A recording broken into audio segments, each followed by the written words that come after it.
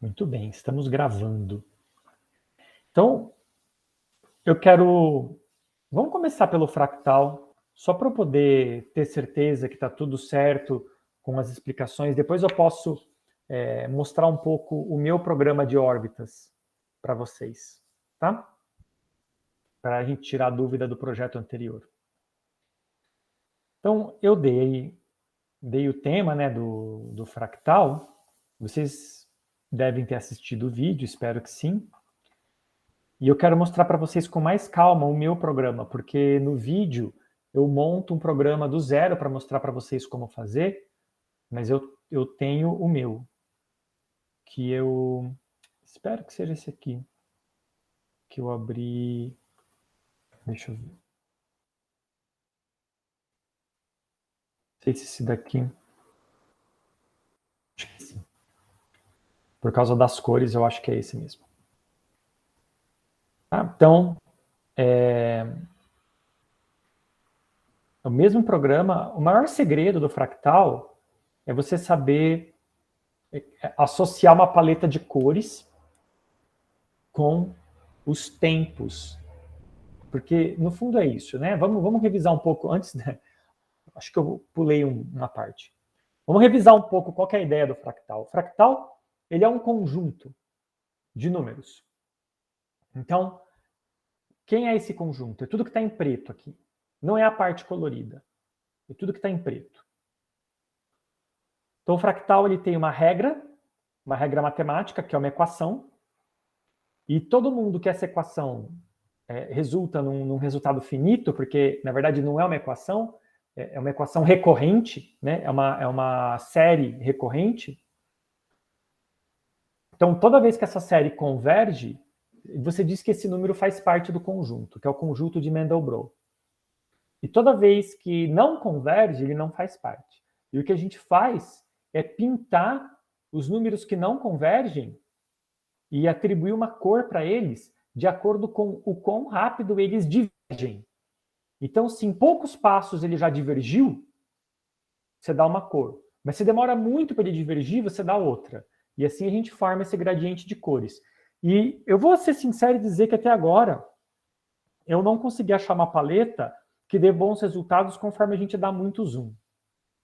Bom, deixa eu ver se eu lembro os meus comandos. Eu acho que se eu clicar isso, se eu clicar em qualquer lugar eu centralizo. Acho que se eu apertar R, ele volta ao original. E eu acho que Z é zoom. Não. Deixa eu ver se era mais ou menos. Eu posso olhar no programa, né? Por que eu estou tentando... Por que eu estou tentando adivinhar? Deixa eu ver as minhas teclas aqui. Zoom mais... Zoom menos... Ah, não, é a rodinha do mouse. Então, por exemplo, se eu clicar nessa parte aqui, né? Então, tem essa parte preta, vai formando estruturas cada vez menores.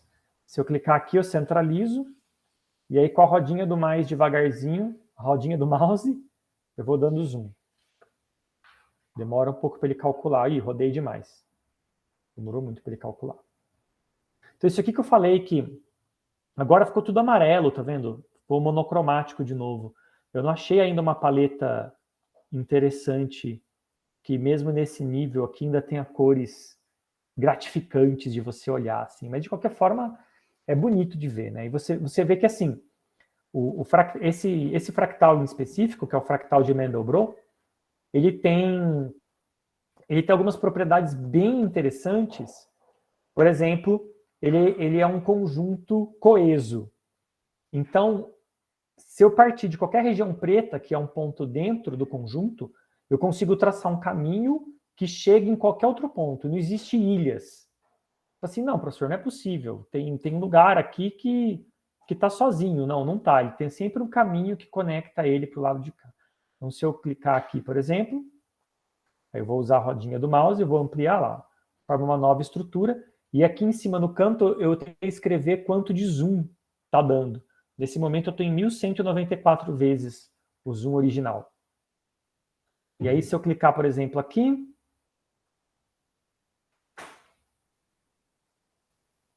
Vai formando essas estruturas. E assim, tem quem diga que fractal é uma coisa que repete igualmente para sempre. Não repete, ao contrário, né? Ele é semelhante, ele é autossemelhante. Então, estruturas são parecidas, mas, ao contrário, ele nunca se repete, né? Ele é sempre, sempre, sempre diferente. Aqui já dá para ver que começou a ficar com um padrão de cor muito escuro e, enfim, eu teria que mudar. Mas eu quero continuar dando zoom, mesmo com a cor estando ruim, que é para mostrar o que acontece. Daqui a pouco vai ficar muito escuro, eu vou tentar pegar aqui na borda. É para mostrar o que acontece quando a gente dá zoom demais. Ó, olha o que aconteceu. Ficou pixelado, né? Por quê? Porque eu dei um zoom, se você olhar aqui em cima, eu acho que eu não consigo de olho nem falar que número que é esse aqui, termina em 9, mas o que é isso aqui? 1000, milhão, eu posso perder um número ou outro aqui. Bilhão, trilhão, quase um quatrilhão de vezes. O que aconteceu? Vamos lembrar da primeira aula, eu estou usando a variável double aqui. Chegou uma hora que eu só estou vendo a parte do número. Você lembra que as variáveis, até uma certa precisão, eu tenho todos os números. Depois dali para frente eu não tenho mais, porque não é possível em binário representar todos os números. Então, é o que eu estou vendo aqui. Esse espaço daqui até aqui, o número não mudou. Porque não existe um número entre um e outro. Entre esse número aqui, tem uma linha aqui, né? Deixa eu ver se eu consigo dar um zoom. Aí, ó, pronto. Aqui é um número, aqui é outro, aqui é outro. Daqui para cá eu queria que fosse contínuo, mas não é. Eu atingi o limite da precisão da minha variável. Então, é isso que acontece quando eu chego no limite da variável double. E aí tem aqueles vídeos que eu até mostrei em aulas anteriores, pessoal que bate recorde, né? Qual que é o fractal que consegue dar um zoom maior? Então a pergunta é, como é que ele passa desse limite? Ele precisa criar um tipo. Ele precisa criar um tipo próprio dele que tenha mais bits do que 64, porque com 64 bits o limite é esse. E você pode criar tipos compostos que imitem uma variável de ponto flutuante, né? Dependendo da CPU que você usa, você pode até utilizar uns tipos que existem. Por exemplo, algumas CPUs têm uma variável double de 128 bits que você pode usar. Então, instantaneamente, você ganharia o dobro da precisão dessa daqui, poderia dar o dobro de zoom do que já tem ali. O dobro não, né? Porque você tem o dobro da precisão, na verdade você sai de 10 a 16 para 10 a 32, então você pode dar 10 a 16 vezes o zoom que já tem aqui. Deixa eu voltar para o padrão. Mas você tem que mudar alguma coisa. E aí, o ponto é esse. Um programa como esse é bem legal para aprender, mas ele é só o começo para quem quiser brincar com isso no futuro. Você vê que eu nem me preocupei em fazer uma interação muito... assim, por exemplo, eu poderia ter vindo aqui com o mouse e perder horas fazendo uma interface, fazer de um jeito que se eu desenhasse um retângulo clicando com o mouse, o zoom ia ser o retângulo que eu desenhei. Dá para fazer essas coisas, claro. Mas não era o objetivo aqui. O objetivo era mostrar realmente a parte numérica do problema, né? E como que a gente fez isso através do uso de classes. Então, eu sugiro que vocês vão lá ver o vídeo, para vocês verem que eu criei aqui uma função chamada Mandelbrot, que é a função que realmente faz a recorrência e me retorna quantas iterações levou para o número explodir, ou se ele convergiu, no caso. Eu criei uma estrutura de dados para o pixel do fractal. E eu fiz aqui uma paleta de cores que eu posso mudar como eu quiser. E aí, nós usamos essa biblioteca, que é o Pixel Game Engine, que teoricamente é para você fazer jogos em C++, mas que ele é muito, muito prática para você fazer isso que a gente fez, simplesmente escolher a cor do pixel e pintar ele numa tela. Então, em termos educacionais, basicamente o que eu queria de vocês não era tanto o fractal era a motivação, mas era que vocês entendessem isso aqui, ó. Eu estou criando uma classe minha que herda, que é filha de uma classe de alguém que eu baixei da internet. E isso aqui resume o que é o C++. O C++ eu preciso fazer o quê? Eu preciso fazer uma janela e pintar pixels nessa janela para fazer um fractal. Eu vou no Google e vou procurar alguém que já fez algo parecido. E aí, dadas as devidas licenças, né? Por exemplo, esse daqui tem uma licença que permite você usar e modificar o programa dele, desde que você diga de onde pegou, né? Dê o crédito. Você vai lá, baixa e você cria a sua classe, filha da classe dele, e aí você implementa o que você queria fazer, usando todas as funcionalidades que veio. É meio que uma caixa preta. Eu posso querer apertar F12 aqui e ver como ele fez? Posso. Inclusive, é muito bem feito isso aqui, porque é um arquivo só. De cima a baixo, tudo que ele faz está aqui. Toda a parte de desenhar na tela, ele usa OpenGL, então ele acessa a placa de vídeo para ficar ágil, ele desenha sprite, ele carrega arquivo tipo PNG, se você precisar por um fundo, input, né, com mouse, teclado, enfim. Se você quiser avançar um pouco nisso um dia, tá tudo aqui. Ó, até a fonte, ó, ele coloca a fonte em caractere aqui, representando o binário. Tá tudo aqui, tá? Fica para curiosidade de vocês. Então, eu vou lá, herdo a classe dele, implemento as coisas que eu preciso implementar para desenhar na tela. E eu também discuti o fato que se eu desenhar na tela, se eu tentar calcular o fractal, calcular se cada ponto pertence ou não ao fractal, sempre fica lento demais. Então, o que eu faço é calcular uma vez só e desenhar sempre a mesma imagem na tela, até que algo mude.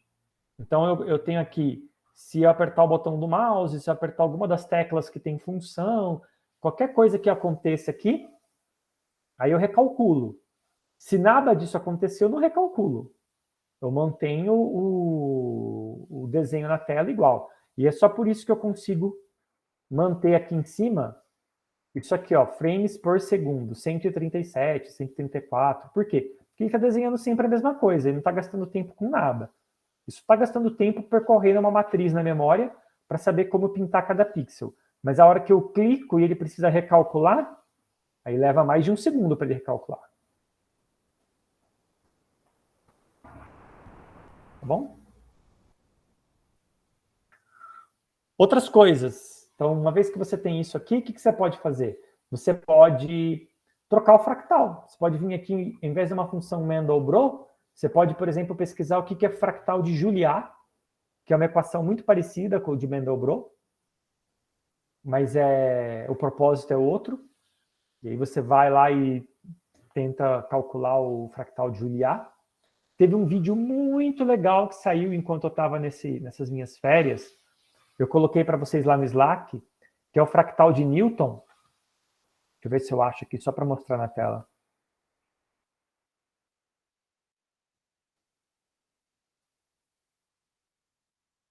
São vídeos, na verdade,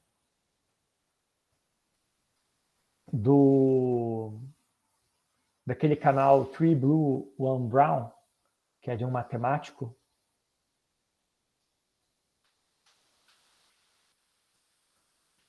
Espera aí que eu tô com... Óbvio que eu cliquei e abri uma propaganda. Eu quero só mostrar para vocês trechos do vídeo, porque...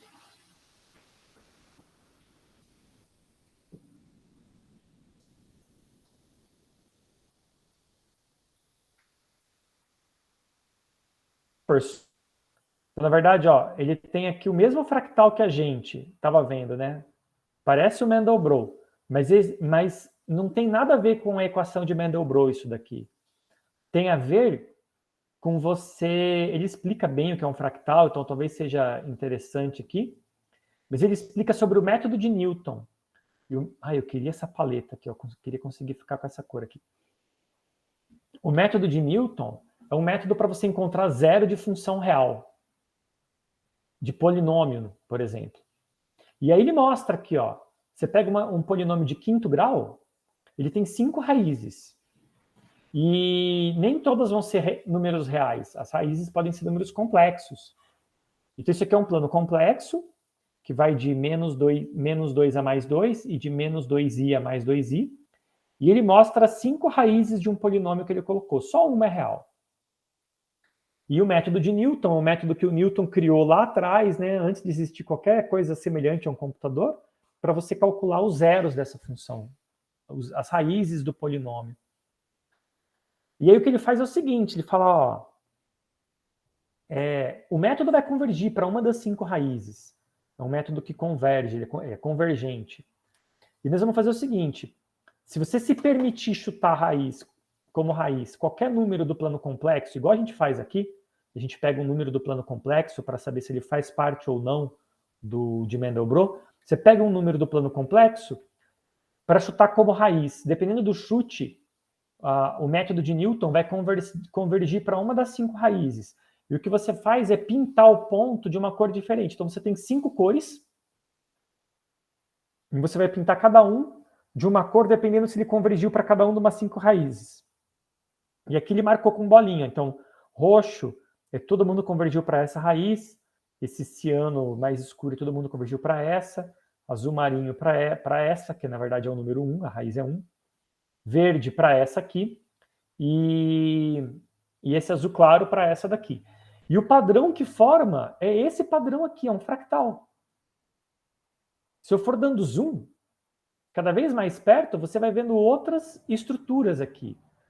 Porque no fundo é isso, não existe nada no método de Newton que te diga, antes de você começar, assim, se eu te der um chute, você consegue me dar certeza absoluta para qual raiz esse chute vai convergir? E na verdade, por exemplo, eu posso te dar um chute aqui, ó, mais próximo dessa raiz, mas que na verdade vai convergir para aquela, que é essa cor aqui.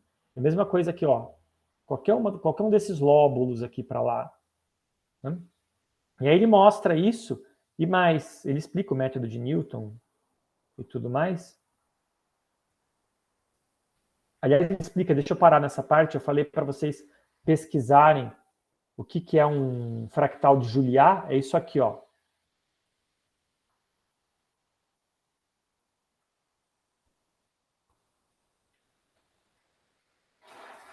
Tá? Esse aqui é o conjunto de Mandelbrot. Cada ponto do conjunto de Mandelbrot tem um.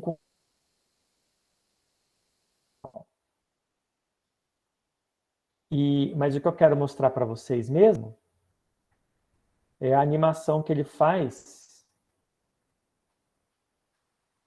do fractal de Newton, que é aqui. Então, por exemplo, aqui tem 3 raízes, 1, 2, 3. É esse polinômio aqui de cima, z ao cubo menos 2z mais 2. E aí ele pintou de preto as regiões que não dá nenhuma raiz. Se você chutar um número ali, diverge o método. E ele fez esse programa, cara, eu quero muito fazer esse programa. Que você clica na raiz e arrasta ela e vê o fractal mudar em tempo real.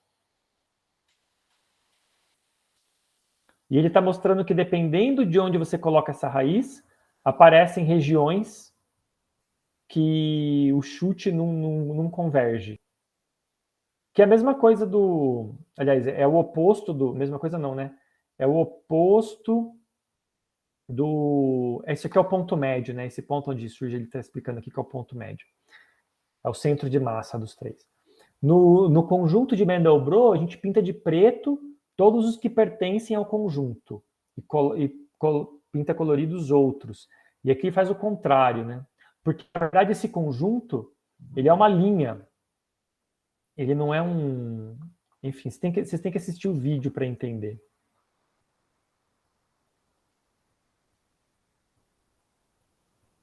Eu quero ir no de 5 raízes.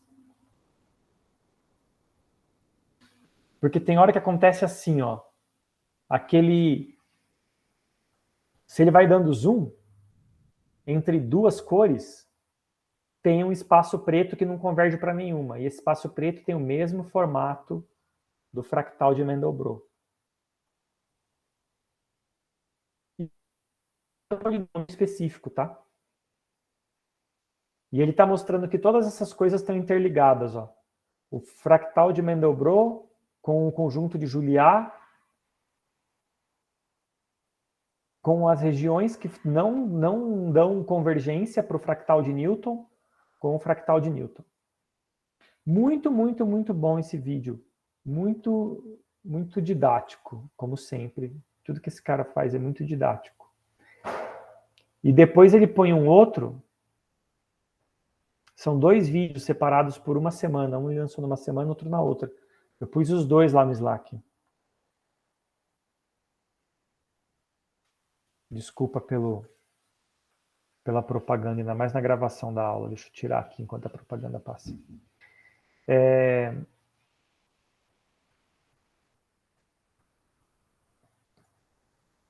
Olha isso. Ele mexendo, ó. É o de 5 raízes. Ele mexendo a raiz com o mouse para mostrar a estrutura que forma.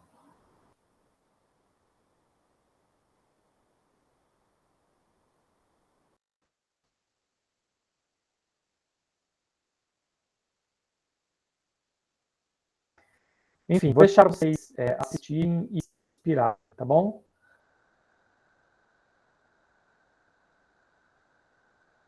Mandelbrot. Mas qualquer coisa que eles fizerem diferente... Deixa eu ver aqui. Qualquer coisa que eles fizerem diferente, eu vou apreciar também. Vou olhar e vou curtir, tá? Ele vai dar um zoom no fractal aqui, eu quero mostrar para vocês. Existem infinitos fractais de Newton, porque qualquer polinômio vai ter um fractal desse. Ele está tentando mostrar um teorema, na verdade, que é o seguinte. Não vou lembrar o teorema de cabeça agora, mas tem a ver com a linha divisória. Tem que assistir o vídeo para ver de novo.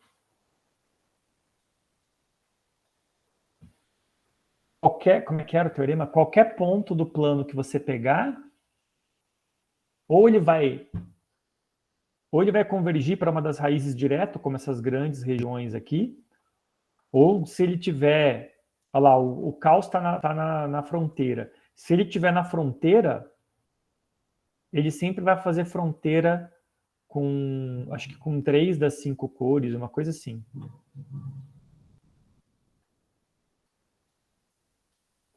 Tem que assistir.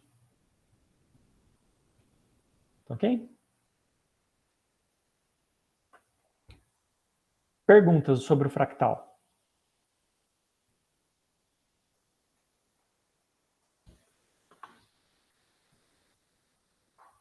Esse projeto vai exigir um pouco mais de vocês, hein? Mas vai valer a pena.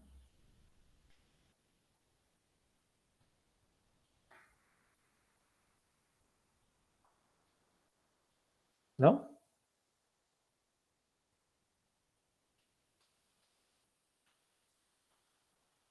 Eu posso tentar mudar a paleta de cores aqui. Pode falar.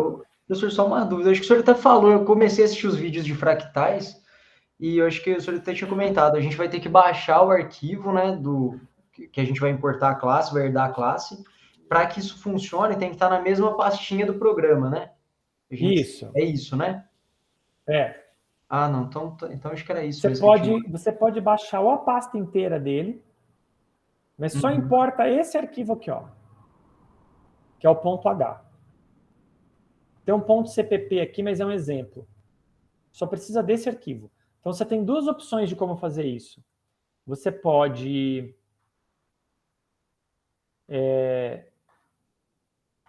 fazer como eu aqui, baixa a pasta inteira lá do GitHub. Na hora de colocar um include aqui, você na hora de compilar, precisa falar para ele aonde está o arquivo. Então, Poxa, não tem nenhuma linha de compilação aqui.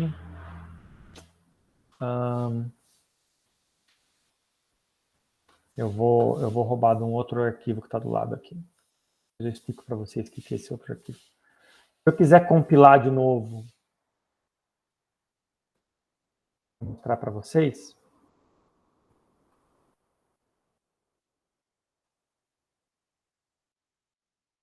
G++,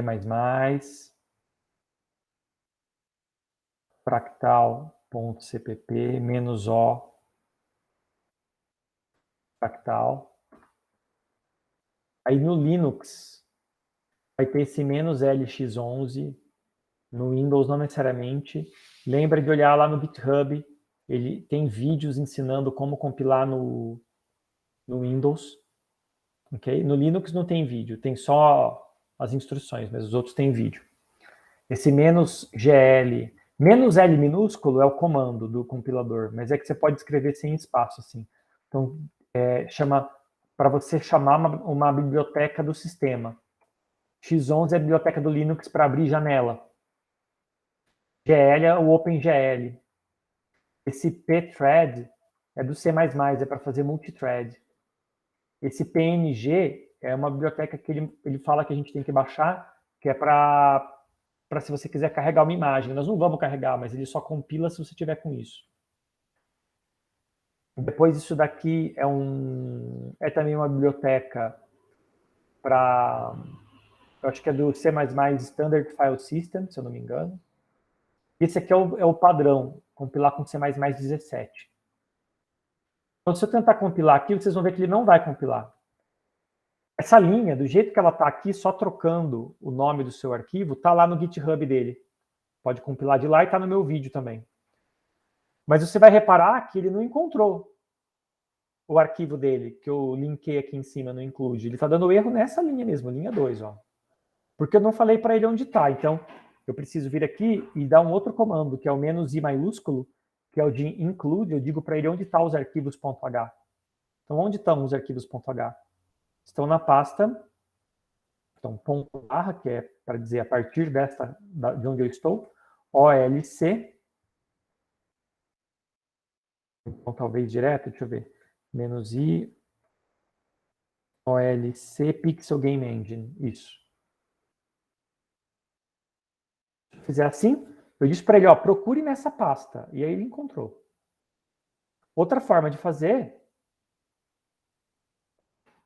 é você digitar o nome da pasta aqui, no include. Tem aqui o nome da pasta, barra, aí você não precisa pôr aqui na frente, ele vai compilar. Então, são duas formas de fazer. Terceira forma de fazer, nenhum nem outro. Deixa aqui do jeito que está, não põe aqui, só que aí o que você faz? Você copia o .h para a mesma pasta. Aliás, aqui eu nem copiei, eu movi. Então, agora ele está na mesma pasta do meu programa. Porque é isso, no fundo ele procura na mesma pasta. Isso deve funcionar, tá bom? Eu gosto de deixar lá para deixar a pasta que veio do GitHub inteira. Respondi, Bruno? Sim, não, respondeu sim, professor. Fechou. Obrigado. Então tá bom. Então deixa eu mostrar para vocês. Vamos voltar nas órbitas. Eu tenho um outro programinha aqui.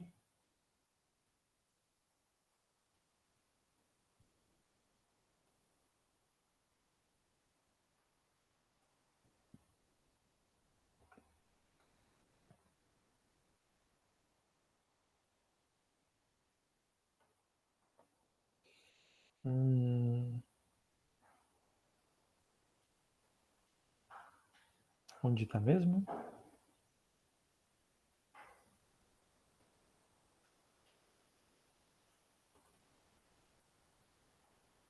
Aqui.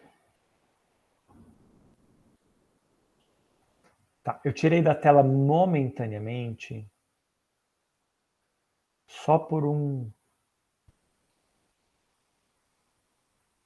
pequeno detalhe.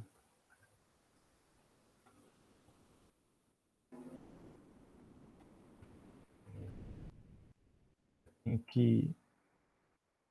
Esse programa aqui, eu fiz para uma pessoa e...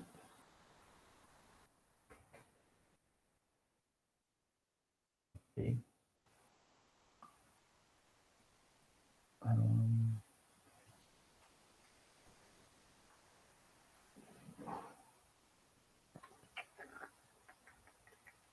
Ok.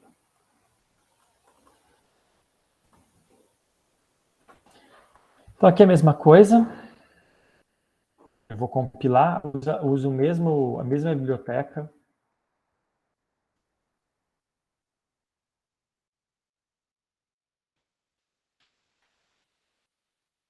Esse aqui eu não me importei.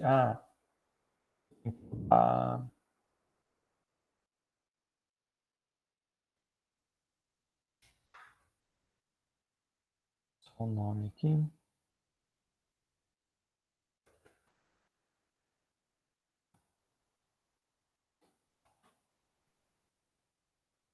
Um pouquinho.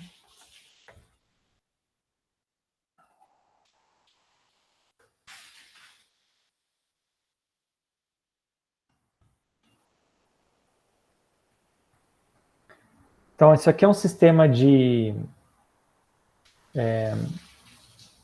muitos corpos, e na verdade a nomenclatura está um pouco diferente aqui. Deixa eu arrumar. Isso aqui é planeta 1, planeta 2, e aqui é um buraco negro. Então são dois. São 3 corpos, mas é um problema restrito, tá? Eu tenho um buraco negro no centro, essa região branca aqui denota a região de influência do buraco negro, no sentido que é a parte onde tem efeitos relativísticos. Então, fora daqui, eu posso tratar como newtoniano. E aí eu tenho 2 planetas orbitando o buraco negro. Isso aqui está sendo calculado como problema de 3 corpos o tempo inteiro. Então, na verdade, ele não vai sair do lugar. Ele vai ficar assim porque... Olha lá, pum! Isso que eu ia falar. O buraco negro foi embora.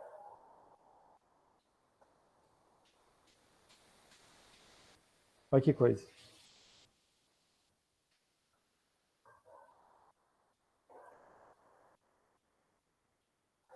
Se eu... Eu acho que nem era o buraco negro está em cima aqui, porque eu posso pôr quantos corpos eu quiser aqui nesse modelo.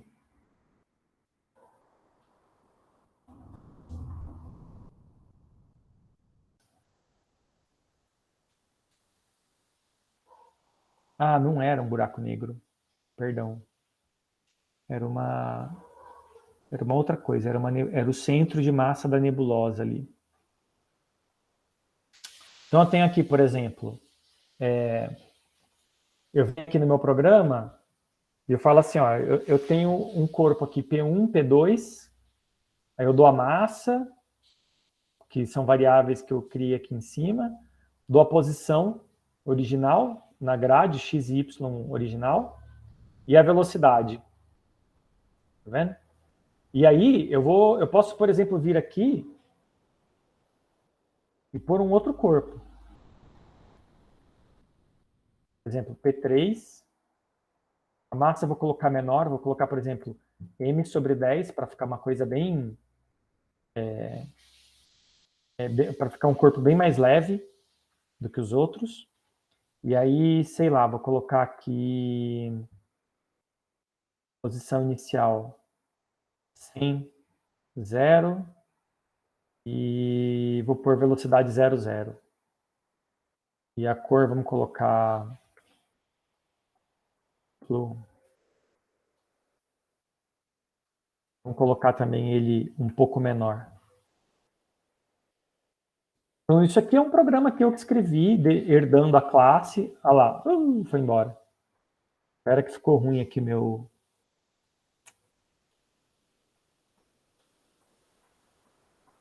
minhas coordenadas. Acho que não pode ser 0 aqui. Acho que tem que ser 100, 100. Acho que 0 é lá em cima. Olha lá, ó.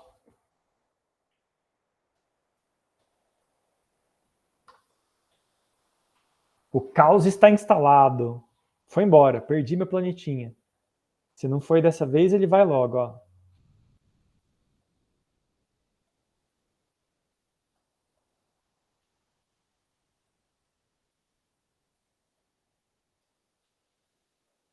E ele deixa esse rastro, vocês estão vendo? Eu programei um vetor que guarda as 100 últimas posições para poder desenhar aqui. No fundo, eu posso vir e tirar essa...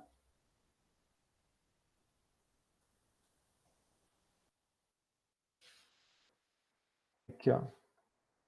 Posso tirar essa imagem do fundo da influência do buraco negro que não mora mais ali. A gente pode colocar esse corpo aqui com uma massa maior.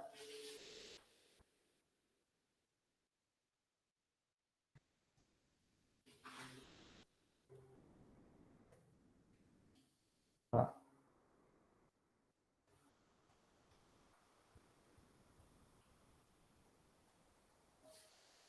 Arrancou fora. Por que acontece isso, né? Porque ele passa muito perto e aí a força explode. Na verdade, aqui eu estou desprezando o tamanho do planeta. Então pode ser que esse perto que ele passou aqui tivesse sido uma colisão. Mas enfim. Ah, ele voltou. Eu me divirto com isso aqui. Acho bonitinho. A gente pode melhorar um pouco a resolução. Posso fazer aqui 800 por 800 e os pixels 1, 1. Eu acho que se eu fizer isso, eu vou quebrar o... ele vai desenhar só lá no canto.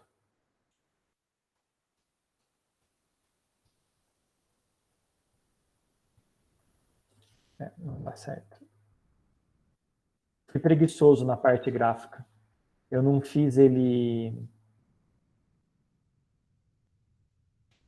Eu não fiz a parte gráfica independente da física, eu deveria ter feito. Eu estou considerando que cada pixel é realmente uma unidade de medida espacial. E aí, você pode brincar como quiser. Eu posso vir aqui e... Isso aqui é um vetor. Só de eu repetir essa parte, eu posso colocar um quarto corpo aqui. Aí eu posso pôr uma massa maior, por exemplo, 2m. E sair numa outra posição aqui.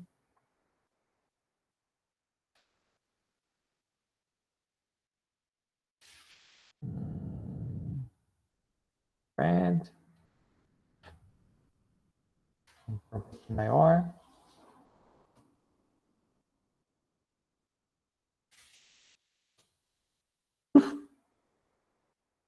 Coitado. Arranquei ele fora. Ele já começou muito perto de alguém.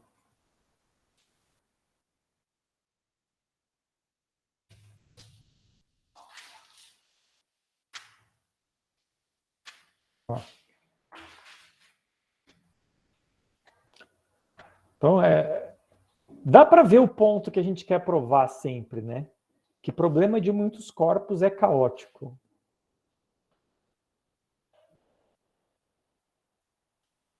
Não dá para ver, mas tem um poço gravitacional aí, tá bom? Por isso que tá estranho. Acho que se eu vier aqui na física, tá todo mundo orbitando um buraco negro que não dá para ver ali. Na parte de calcular a física, aqui, eu acho que eu não vou mexer na equação.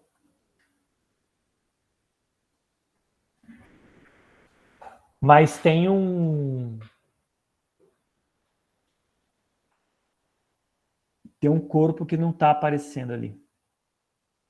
Por isso que mesmo aquele grandão, ele orbita em torno de um ponto independente dos outros. Aqui, ó. Todo mundo volta para cá, porque tem um poço gravitacional fixo aqui.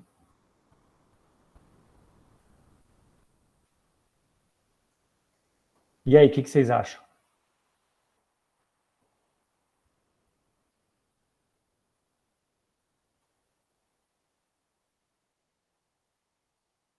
Comentários. Tô aceitando comentários, hein? Não, a parte gráfica é legal demais, né, professor, de visualizar, né? Ficou muito bacana. A parte da física que eu não entendi muito bem, que eu não vi como é que tá ali, mas nesse caso, então, o senhor não utilizou o método das diferenças finitas? De certa forma, sim, porque, na verdade, o que eu faço é calcular a força de um corpo com todos os outros. Então, eu calculo a força resultante num determinado tempo, e aí eu atualizo a velocidade fazendo V igual a V0 mais AT, onde esse T é um tempo muito pequeno, então aí entra a diferença finita. Eu ponho um ΔT ali. Se eu sei a aceleração, né? Se eu sei a força resultante, eu divido pela massa, eu tenho a aceleração do corpo. Então eu faço V igual a V0 mais AT, e depois eu faço S igual a S0 mais V0T mais meio de AT quadrado para atualizar a posição. É basicamente isso. Entendi. Então, tipo, os dados de entrada, assim, seriam a massa de cada planeta, de cada corpo, né? E as posições iniciais e velocidades iniciais. Seria isso. Isso, exatamente. Então, por exemplo, eu vou dar uma modificada aqui, ó, só para a gente ver. Eu vou colocar um só e vou colocar a posição 0, 0, até para eu lembrar. Vou pôr tudo 0. Tá? Para eu lembrar qual é a configuração da tela. Tá vendo? Ó, tem um poço gravitacional, ó. Tem alguma coisa aqui. 0, 0 é aqui. Tá bom? E aí, se eu colocar, portanto, 400, 400, eu acho que vai dar o outro lado da tela.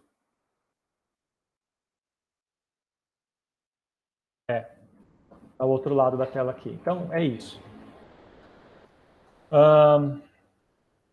O ideal é eu desligar esse potencial extra aqui.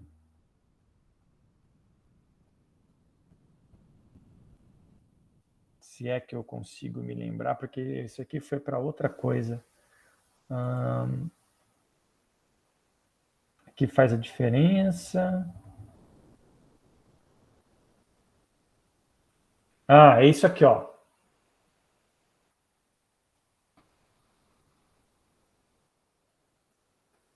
Eu acho que só de eu desligar.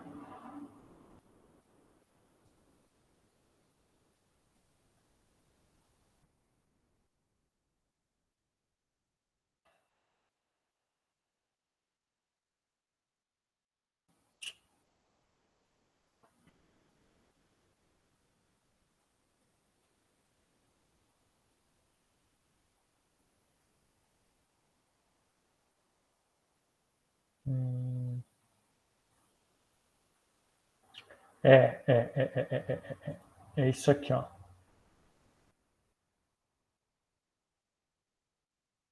Posso comentar fora esse bloco inteiro. Pronto. Ele está parado aqui no canto. Ok? Agora não tem mais aquele potencial extra. E aí eu posso brincar agora de fazer assim, por exemplo. Vou colocar dois corpos, P1 e P2. Só mudar a cor aqui. Um amarelo e um branco, para a gente saber quem que é quem. E aí, pensando aqui, um eu vou colocar em x igual a... Vou pôr para a esquerda da tela aqui. Y igual a, por exemplo, 10. Então, deixa eu ver, 200, então 190. E o outro, isso vai ter a mesma massa. E o outro eu vou colocar em 450, que é 150, depois 200, 250 e aqui 200. Estou fazendo de cabeça a conta aqui, mais ou menos, onde cada um vai estar. Tá? São dois corpos partindo do repouso. Olha lá. Óbvio que eles vão se atrair e vão explodir, né? Mas aí o que eu posso fazer aqui é dar uma velocidade, pegar o primeiro, por exemplo, que é o da esquerda, e colocar uma velocidade para ele positiva em y e para o outro uma velocidade negativa em y. V0 é um valor que eu defini aqui em cima.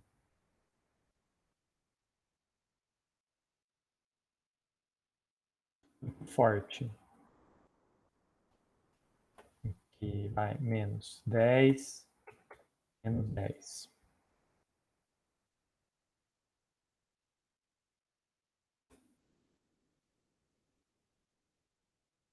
Pronto, olha lá que bonitinho.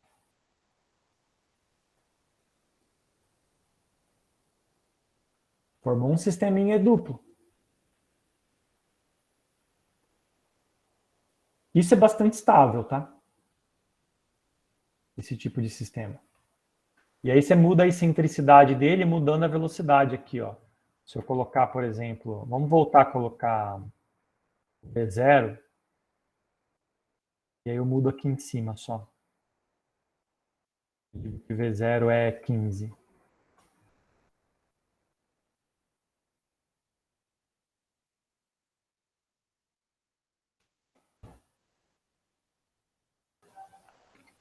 Tá vendo? É menos excêntrico, é mais circular, porque eu dei uma velocidade maior para cima.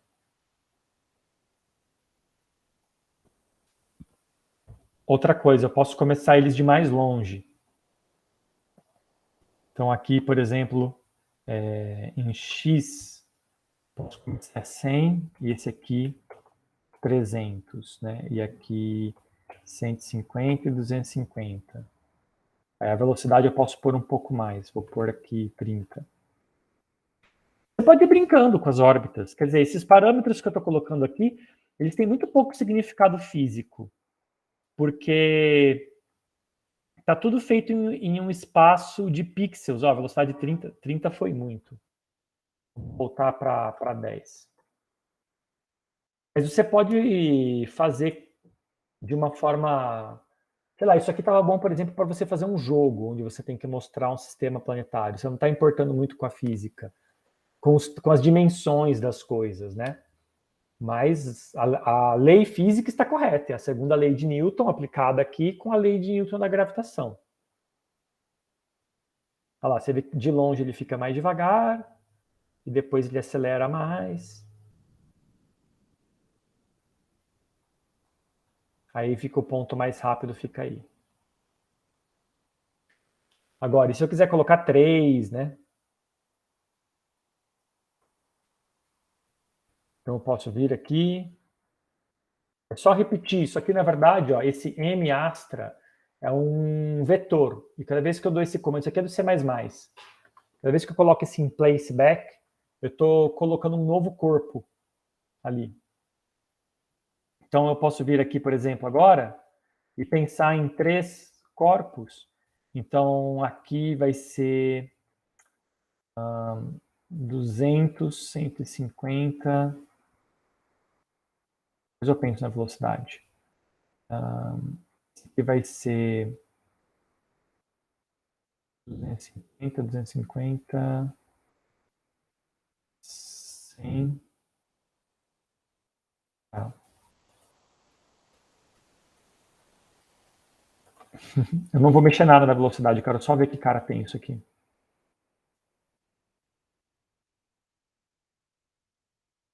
Ah, aqueles ali que bateram de frente já era. Bateu de frente já era. O que está acontecendo aqui? Deixa eu ver. Yellow, white, red. Da esquerda, eu vou dar uma velocidade também. Os dois estão indo para cima aqui, né? Vou pôr um para cima, um para baixo, talvez. Não vou pôr velocidade X em nenhum por enquanto.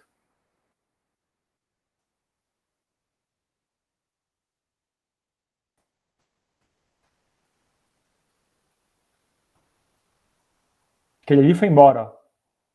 Provavelmente ele ganhou velocidade de escape enquanto os outros dois foram em órbita binária embora. É assim que a gente perde o planeta na formação do sistema solar. Ela foi embora.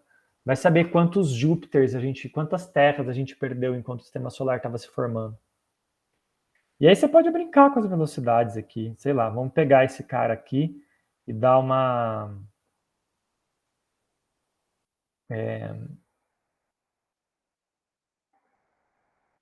velocidade. Esse aqui eu vou dar uma velocidade positiva para ele. Um X, esse aqui negativa. Vamos ver se a gente muda. Qualquer coisinha que você fizer aqui, você vai mudar completamente a resposta do sistema. Pronto. É muito igual. Muito igual. Tem que fazer um mais rápido do que o outro, senão eles vão bater de frente.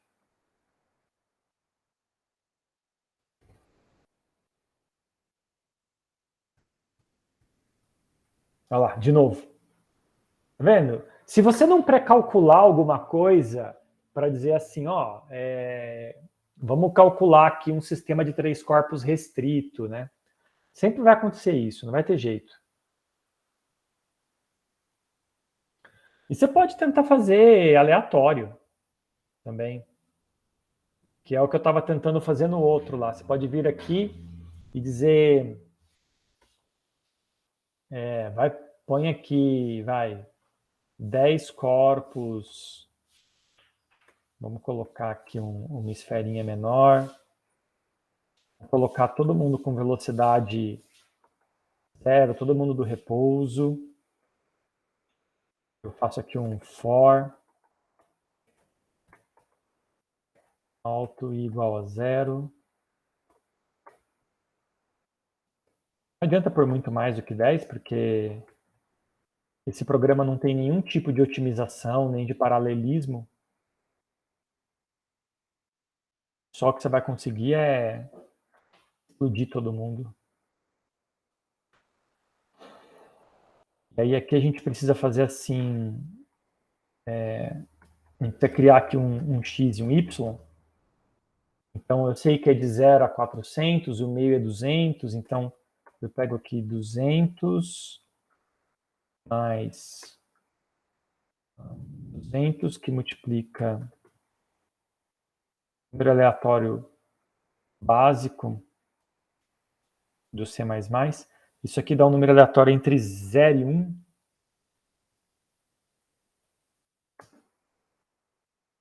Então, na verdade, talvez eu fizer assim, menos meio. Isso aqui vai dar um número aleatório entre menos meio e mais meio. Se multiplicar por 400, vai dar um número aleatório de menos 200 a mais 200, tá certo. E aí eu somo 200 aqui. Acho que é isso. Estou fazendo as coisas meio de cabeça aqui, tá? Se der errado, vocês me desculpem, eu volto e corrijo. E aqui a gente vai pôr x, y. Bom.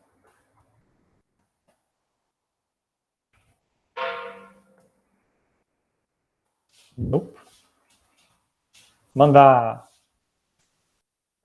escrever esse x e esse y, só para eu saber se foi alguma coisa próxima do que eu queria, né? Às vezes resultou em algo que não tem nada a ver com... If? Não.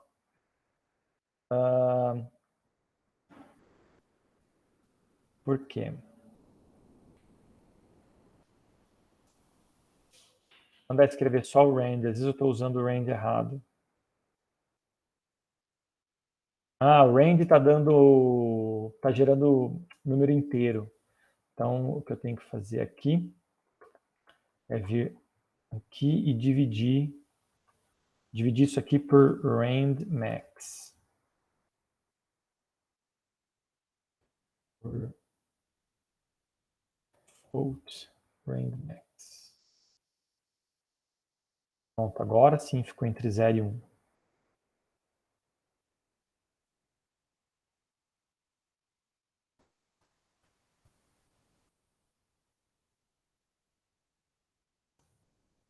Olha lá, ó. Ui! Vamos fazer mais. A gente não precisa pôr nome. Vamos fazer 100. Sempre de olho aqui no painel para ver como é que está o uso de memória.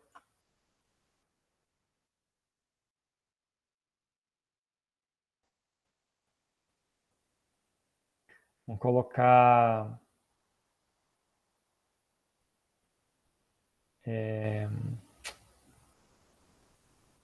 Vou mudar de cor aqui para uma cor mais visível. Vamos limitar um pouco no meio aqui, ó. Eu vou fazer de...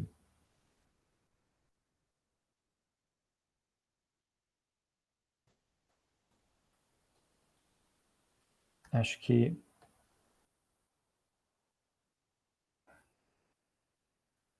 é aqui que eu posso mudar isso. Concentrado mais no meio. Acho que também é bom eu apagar essa linha aqui.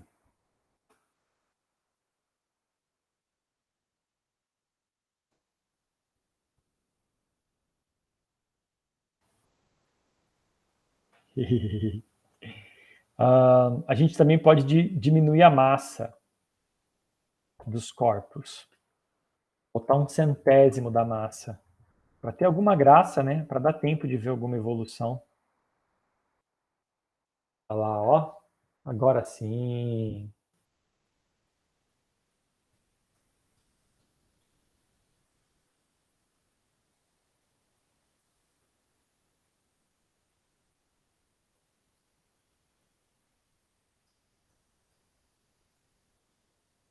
Você vê que ainda sobram alguns que a gente abaixar mais aqui a massa.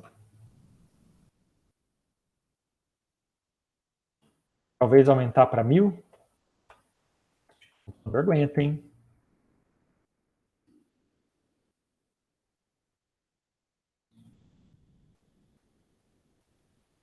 Tá aguentando.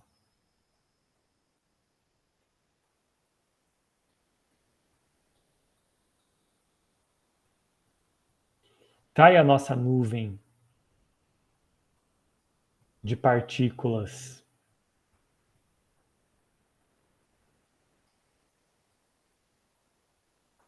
O que acontece, né? Na verdade,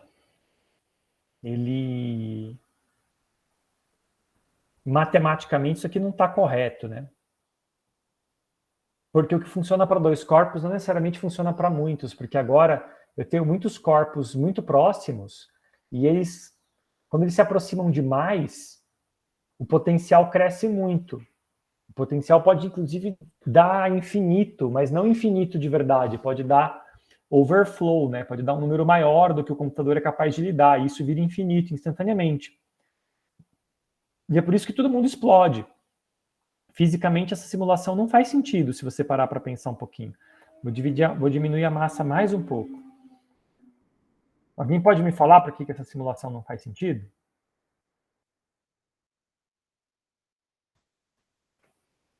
Física.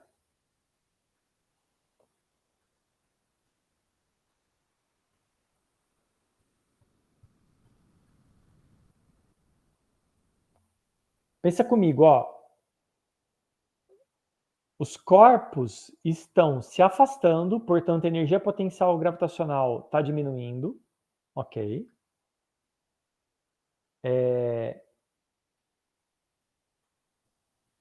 E a velocidade está aumentando, eles partem de velocidade zero.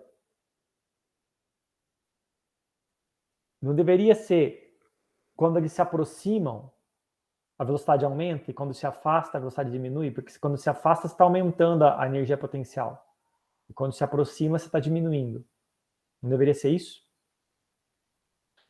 Mas, na verdade, o que você tem é que agora, ó, os corpos estão praticamente parados de novo, que é igual à condição inicial. Eles estão praticamente parados, mas muito mais longe um do outro. Então, com muito mais energia potencial. Então, o sistema ganhou energia. E o sistema ganhou a energia dos infinitos numéricos que apareceram na interação, quando eu deixei os corpos passarem muito próximos uns dos outros.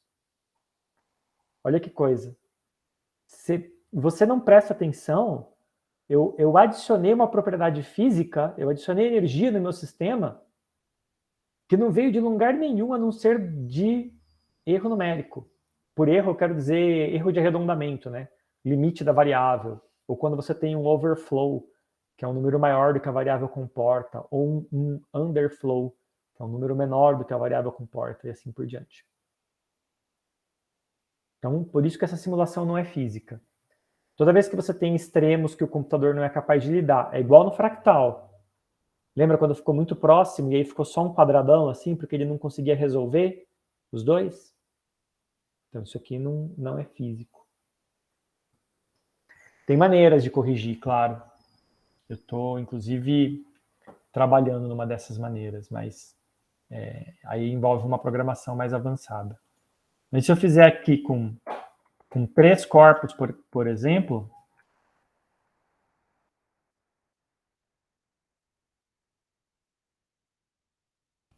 ó, praticamente não se movem, porque eu pus a massa bem pequenininha, né?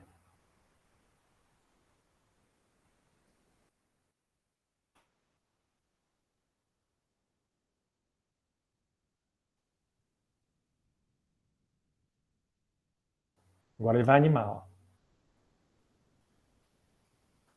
Olha lá, vocês viram qual que é o problema? O problema é quando passa muito próximo.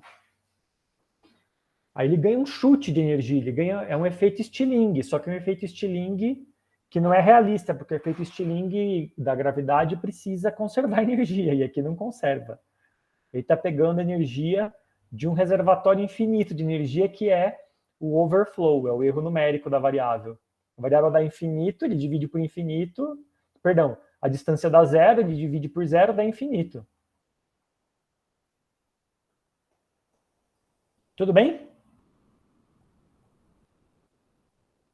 Vocês estão satisfeitos com essa demonstração? Querem ver a parte física do programa?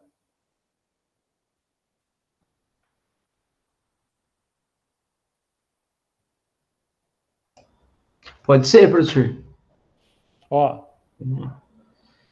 bem rapidamente, né? Então, nessa biblioteca de jogos aí que eu pedi para vocês baixarem, você tem o loop na tela que repete, é esse on user update. O que você colocar aqui vai ser calculado toda vez. Inclusive, é onde você desenha. Então, eu mando limpar a tela de preto. Esquece as partes comentadas aqui. Aí eu mando desenhar aquela grade no fundo para a gente ter referência. Toda vez, todo loop precisa redesenhar aquela grade.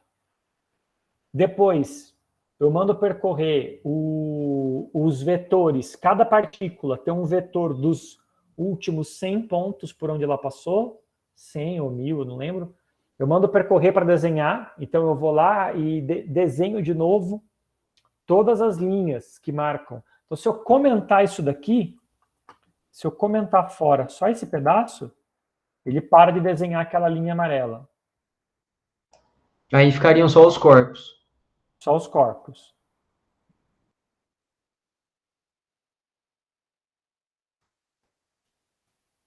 Aí você não consegue ter a informação visual de por onde ele passou, mas tá aí, tá funcionando.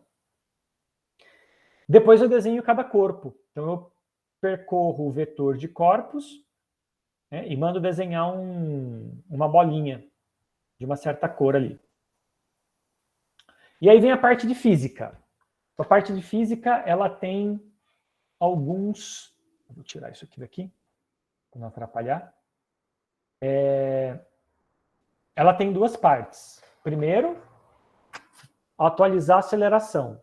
Então, o que você faz? Você percorre todos os corpos da simulação.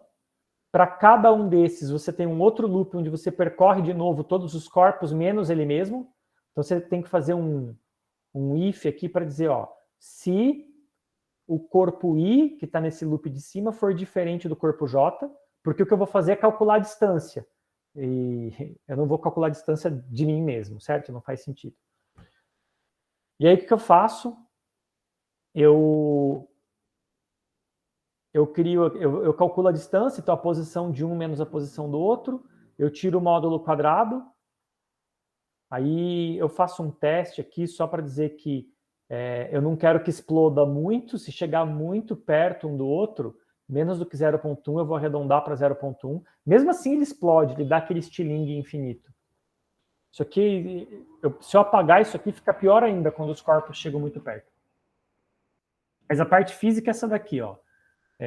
Eu tirei, isso aqui é a distância entre eles, e aí, esse vetor ACC, ele vai virar aceleração, né? Eu começo com a distância, aí eu normalizo ele, então ele fica com norma 1, e eu coloco ele na segunda lei de Newton, que é a constante de Newton vezes a massa do corpo dividido pela distância ao quadrado. Isso é aceleração. E aí eu atualizo qualquer que era a aceleração do meu corpo, esse vetor aqui, esse array que tem, né? Os corpos todos. Qualquer que era a aceleração antes, agora é ela mais esse incremento. Então eu somo a aceleração. A aceleração não tem influência do tempo, certo? Eu vou lá e pego a minha aceleração e atualizo. Por que essa soma aqui? Aqui em cima eu comecei dizendo assim, ó, a aceleração é 0 para começar. E aí eu vou olhar a força de todos os corpos. Então, na verdade, quando eu falo que para cada corpo eu calculei uma aceleração e somei, é como se eu tivesse feito a força resultante. Foi isso. Né? Eu podia ter feito com força e dividido pela massa no final. Ao invés disso, eu já dividi pela massa cada força. Por isso que aqui dá só a massa do segundo corpo. E aí eu somo tudo para ter a aceleração resultante em vez da força resultante. Aí, uma vez que eu tenho a aceleração resultante, aí eu vou atualizar a velocidade. Então, velocidade e posição. O que é velocidade? Velocidade é você pegar a aceleração vezes o tempo. E aí, como esse tempo é muito pequeno, isso aqui é importantíssimo.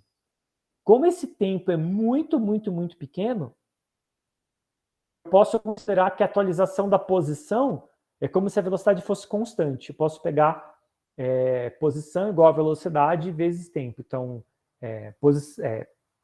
vamos dizer assim, x igual a x0 mais vt.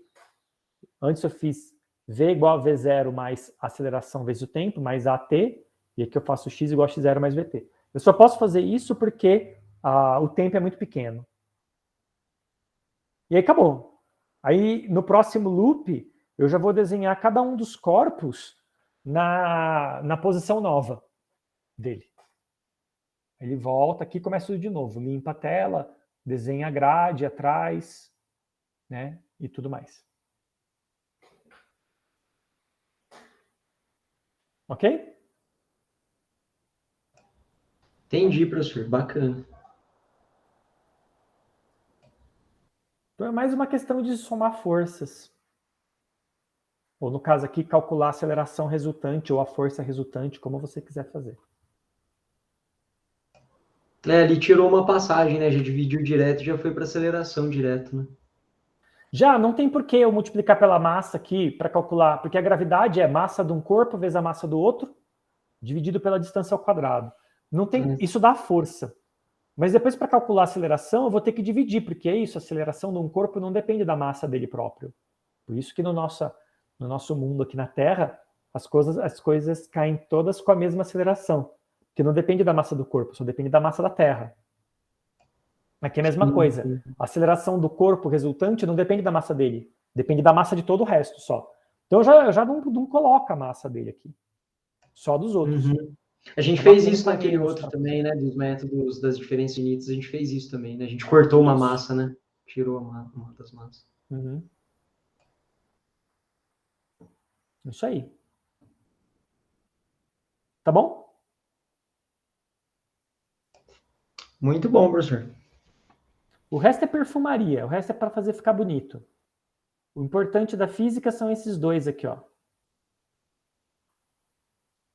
Eu podia ter colocado isso aqui numa função e chamado de fora, atualizar física, update physics. Chamar isso aqui de fora. Igual lá no outro a gente fez para chamar o Mandelbrot, né, vindo de fora.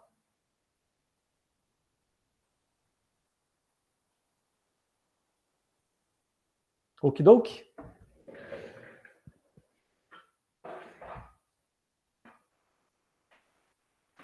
Mais alguma pergunta?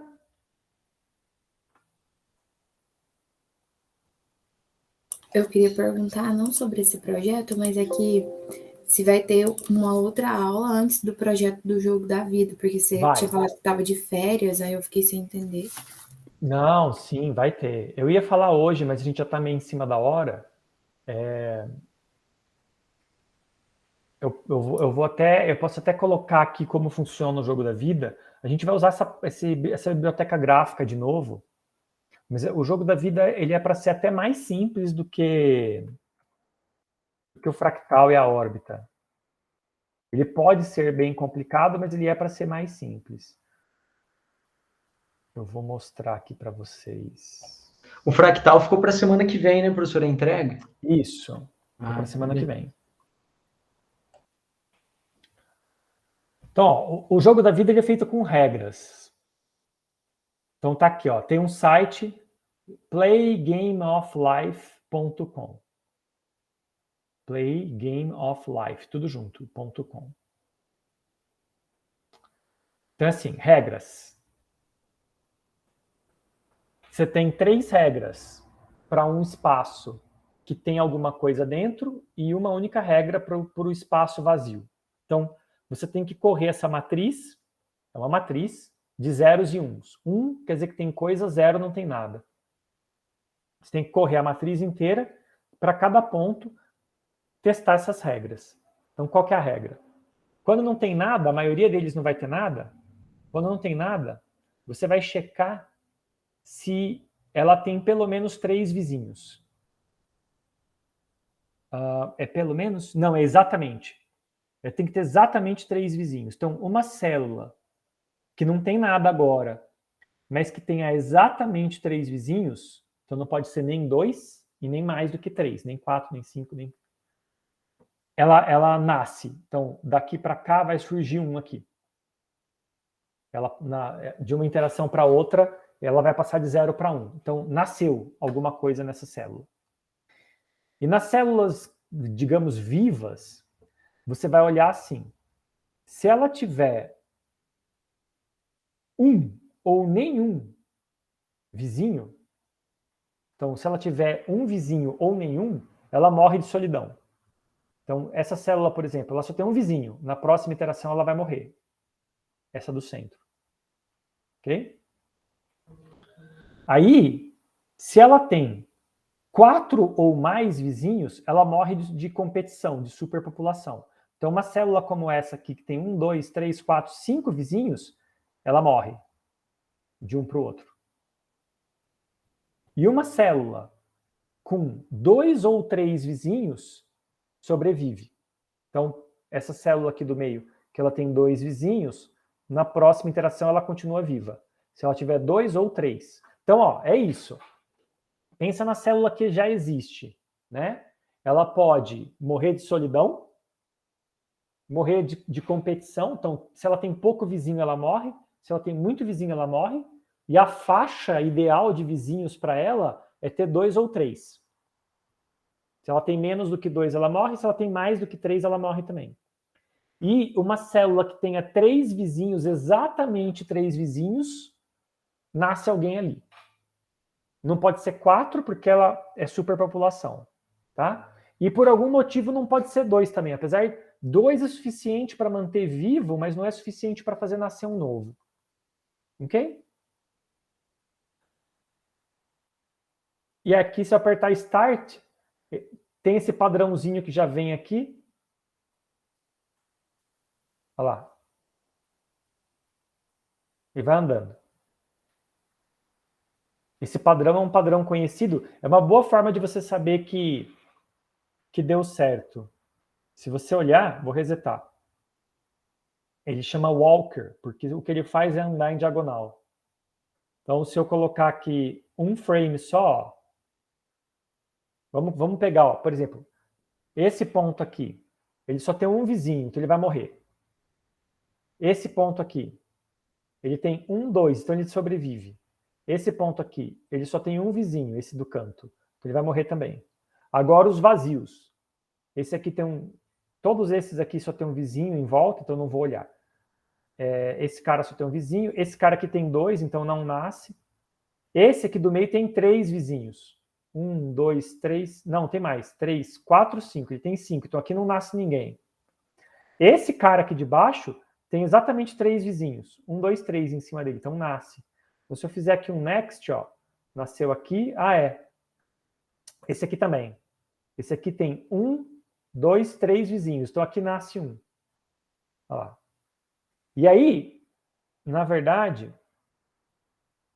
se eu for aqui um de cada vez, ó, 1, 2, 3, 4, ele volta no mesmo. Ou seja, é cíclico. Então, se eu já sei que ele volta no mesmo, eu sei que ele é infinito. Ele sempre vai voltar no mesmo. Só que ele volta no mesmo deslocado. Depois de 4 passos, ó, pega aqui pelo canto dele, ele andou, o canto dele estava aqui e o canto dele termina aqui no de baixo, ó. Então ele andou, depois de 4 ciclos, ele andou 1 pixel para a diagonal. E aí ele vai fazer isso aqui infinitamente. E você pode ir fazendo, pintando com a mão aqui, para ver o que acontece. Morreu. Outra coisa, ó. Deixa eu ver se eu consigo fazer de novo o Walker. Olha lá. Se eu vier aqui, por exemplo, e colocar uma coisa no meio do caminho dele, ele vai vir aqui em diagonal. Deixa eu ver. Era o de baixo, era esse aqui. Ué. É. Ele... Eu coloquei uma célula sozinha, esqueci. Tem que colocar um que seja... Essa estrutura aqui fica girando, ó. Será que acontece quando eles dois interagirem?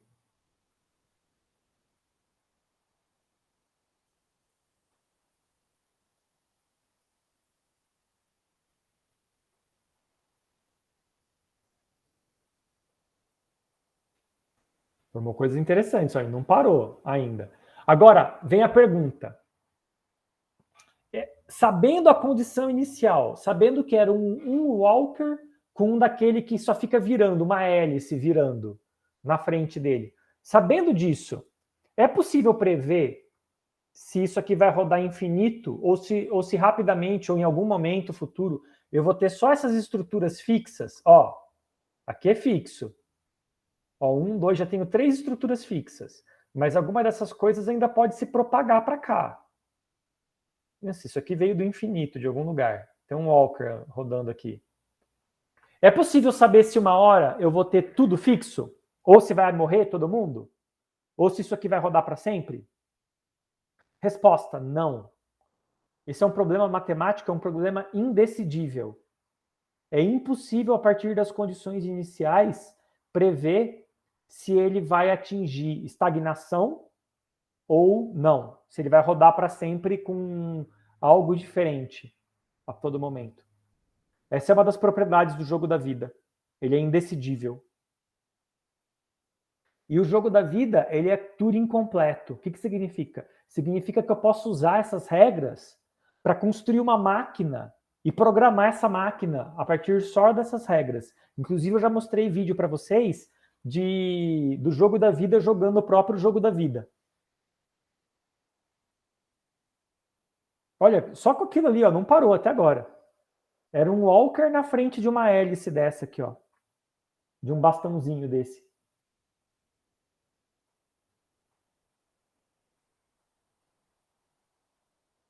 Tá bom? Perguntas?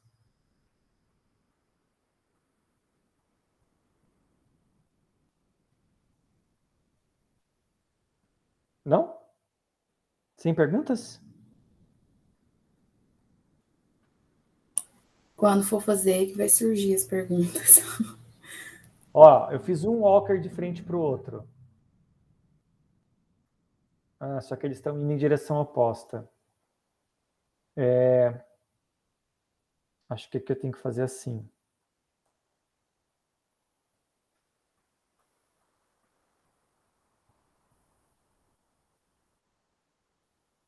Aí. Eles vão trombar de canto. Dá para aumentar a velocidade. Ó, estabilizou.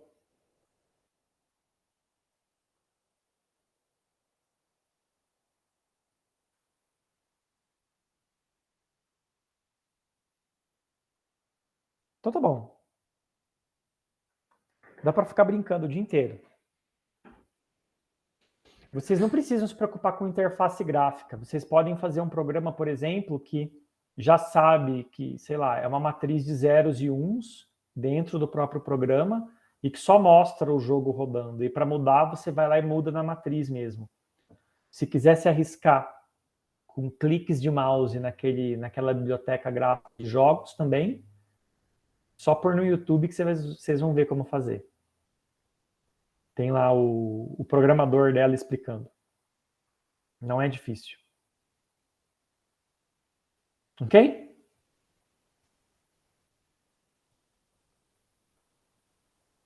Então tá bom. Então, quando vocês forem fazer, que vocês vão ter dúvidas, como disse a Letícia. Muito obrigado, gente. Boa semana para vocês. Obrigado, professor. O senhor Obrigada. também. Bom fim de semana, pessoal. Tchau, obrigado. Até mais. Tchau, tchau.